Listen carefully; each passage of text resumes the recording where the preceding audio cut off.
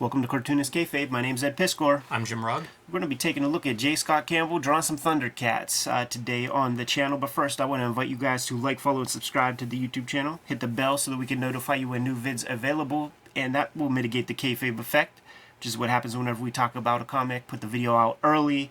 Those comics disappear off the comic book aftermarkets by early afternoon, midday, man. So you got to get in early in order to get your shot at the most affordable copies of the stuff we're talking about.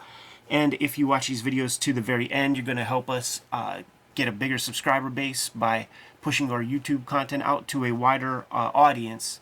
And that makes it possible for us to continue bringing you regular content as we do. Without further ado, Wildstorm Comics, I guess, is not a part of Image at this point. It's its own entity. And they got the Thundercats license. I think they're owned by DC at this point. If you read the fine print in the back, I know that it's not listed on there, but I believe that's true. I see. Yeah, ABC Comics is even in effect and stuff. Yeah. Check this out. So I was looking at this going, is that the real logo? Because look how the T is completely butchered off of there. And I mean, it's not hard to figure out it's a T, but also, like, that would surprise me. Whenever you go inside here, it's a different logo on the inside. So did they mess up the logo on the cover? I guess so, huh? Real smart.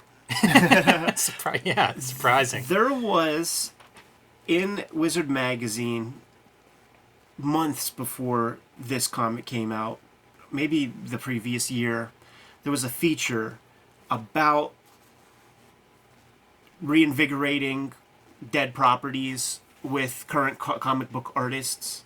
And they commissioned comic book artists to draw the images to go along with the article. I feel like there was maybe an Ed McGuinness Masters of the Universe He-Man joint. That sounds good. There was G.I. Joe. There was several different ones. And I swear, I think they got either Ed McGuinness or J. Scott Campbell to do the Thundercats image. So, that article foretold the comic.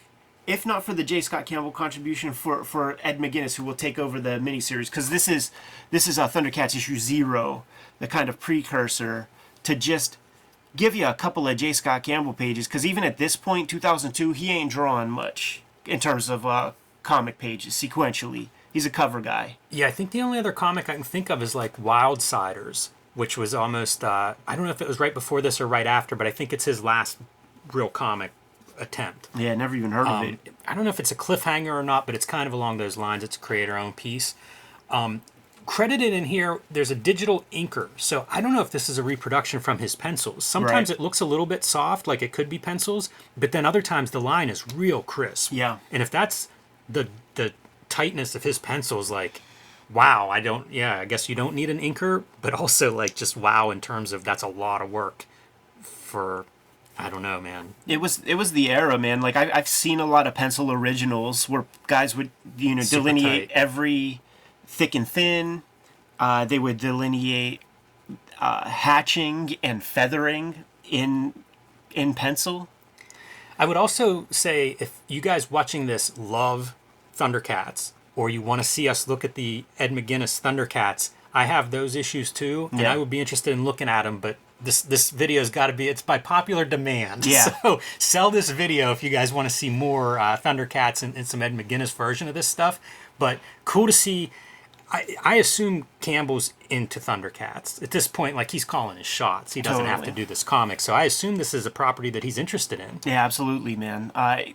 Hits that sweet spot, that nostalgic sweet spot for kids of the 80s and 90s. I love, you open up the cover and that's what you see on page 1. That makes sense to me, man. That's a strong image on top, especially. This is a preview comic. I think $2.50, probably 50 cents cheaper than what your average comic costs. Less page count in terms of the comics being done in here, but it's money shot after money shot. That's the way this thing is designed. It is not part of the actual miniseries. It's all just showing off the powers of your various Thundercats. And Campbell is he's working in his own style, drawing these characters. It is a pleasure to view, man. Money shot after money shot, every page. He is a very dynamic artist. Yeah. You see these kinds of poses. These are not the characters just standing flat like you might see on the box art or something. Like, that's really good stuff. Yeah. A lot of Art Adams still apparent in that particular drawing. Totally, like these faces and stuff. His lion though, with the big ass head, like has like such a tiny body. He looks a little wussy, but that's that's it. He's much bigger on the cartoon. And little Wily Cat is lamenting that he wants cool weapons, and he wants to be a more integral part of the team. Right. And is just kind of recalling, like, it would be cool to be like Panthro and do this. And it gives Campbell an opportunity to draw the scenes that he's talking about. So you draw Jackal Man, and you draw Panthro doing some badass stuff. Ed, were you a Thundercats fan, viewer growing up? Absolutely. I still have my Lion-O action figure right over there. But I was, like, first gen, so, like, they show characters in here that I was out when it's like Puma guy or something. Like, we'll get there, man, but yeah, I have first a vague memory of them, but it wasn't something that I watched or collected. It would have been, I must have just probably aged out just a little bit before then. That's that mouth, amazing. This is the stuff that I think Campbell does so well, is almost like an animated or expressive piece that he adds, to the typical superhero style art. Absolutely. Look at the life in all of these faces. Every single one of them. So this comic does some stuff with color that I want to point out. Yeah. You note, we always say, like, don't make the sky blue, right? This is why you don't color local color. Because here we are, and it just makes no sense spatially. It's all green. It's just like, from a storytelling standpoint, it's kind of hard to follow the space. And you don't really need to follow it. I mean, this is a fight scene, so what difference does it make? It's a toy fight scene. Right. But if you're really trying to do storytelling, that kind of like, every panel background is green, it just bleeds together. It flattens out the overall space. Worth noting, too, that this is not glossy paper. Yeah, that's different. It's a very absorbent paper, so it adds mud to the color when it's faded and gussied around with. And you'll see it here. All those backgrounds, the same kind of rosy gray background color. It makes for a very boring palette. It does. It does. Still went for like kind of like a cel-shaded approach on the characters, with like a little fuzz at the edges. Still got this guy too. Yeah, the amount of detail in the characters is astounding to me. It just feels like a lot of work on those.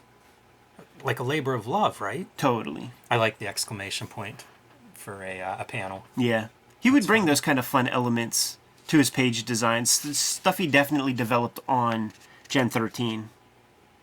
This really feels like if you had giant hands controlling these figures, like you were looking at, kids playing, it would make sense to me with this kind of backgrounds. It just feels like they're in front of a green screen or on a sidewalk somewhere.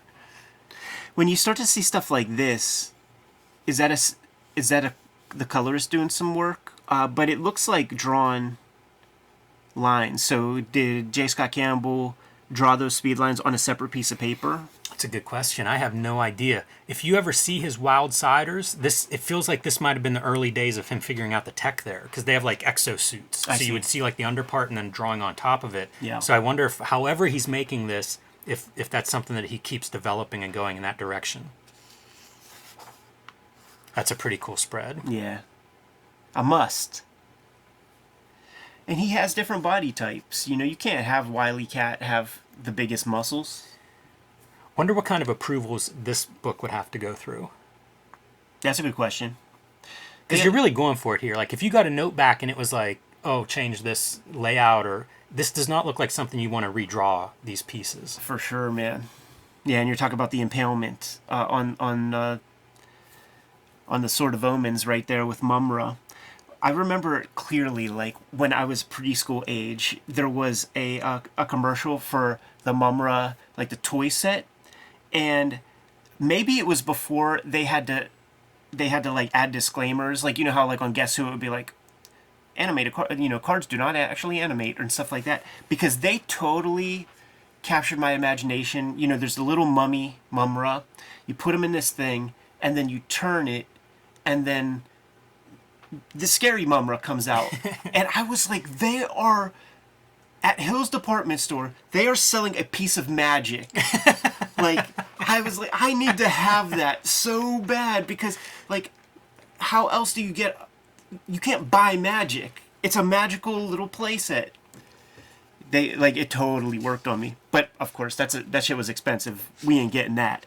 This is a good example. So I'm talking about how, vary your backgrounds. Look how these things pop whenever you do get a little bit of background variation. Yeah. This is very much a zero issue, though. Just a showcase of J. Scott Campbell drawing all the things he would want to draw, like getting it out of his system. It feels almost like a toy catalog. Totally. Yeah, like the little Masters of the Universe. Like, here are the characters. This is their weapon. Each this could be character has a packaged with the toys, no doubt, man. Look at those gnarly teeth. Yeah. It looks like he's having a good time. It doesn't feel like he called any of this stuff in. Get about 15 pages of that, and then you get all kinds of promo works, man, for the forthcoming miniseries. Look at his layouts, how detailed they are. I look at those and I think, like, why is there more? Yeah. Like give that to your finisher and let him color it or ink it or whatever you want done, but like they're so detailed. Yeah. Makes me wonder how long it took him to draw this book. Yeah, good question. These are really cool. These kind of like revamps of the costumes and shit. Like, that's hard as hell, dude. Yeah, I don't know where those show up. I don't think they do. I don't know if it ran past the Ed McGuinness stuff, if there was another series. Yeah, I don't know. If it was well received. It was such an interesting moment in time because, like, G.I. Joe came back. There was Battle of the Planets. There was Micronaut. Like, Pat Lee got hold of Transformers. Like, all that stuff started coming out, like right after this Wizard article. Man, that's a strange time for comics, that early 2000s. Starting to claw their way back to something. Yeah, just trying to figure out how that's stunt casting or power. Like it's the old version. It's like, hot shotting. It's totally a hot shot maneuver. Yeah, a lot of fluff. There's a little preview for your Ed McGuinness version. Yeah, and you see the tightness of these pencils. Like, one of the things that I think of when I think of Ed McGuinness is that, like, super bold outline, and he draws that in. Yeah, man, that kind of like micromanaging your inkers. It's so wild. Imagine showing that to like a John Buscema with his like loose circles and stuff for arms. Yeah, or a Tom Palmer That who is too. like, are you fucking insulting me? Yeah. Yeah, see this Linkso shit, Bengali, like, Gotcha. I know that stuff existed, but that was never part of my knowledge. So there were a couple years there where Thundercats were like the top cartoon toy line. Is that Yeah, after?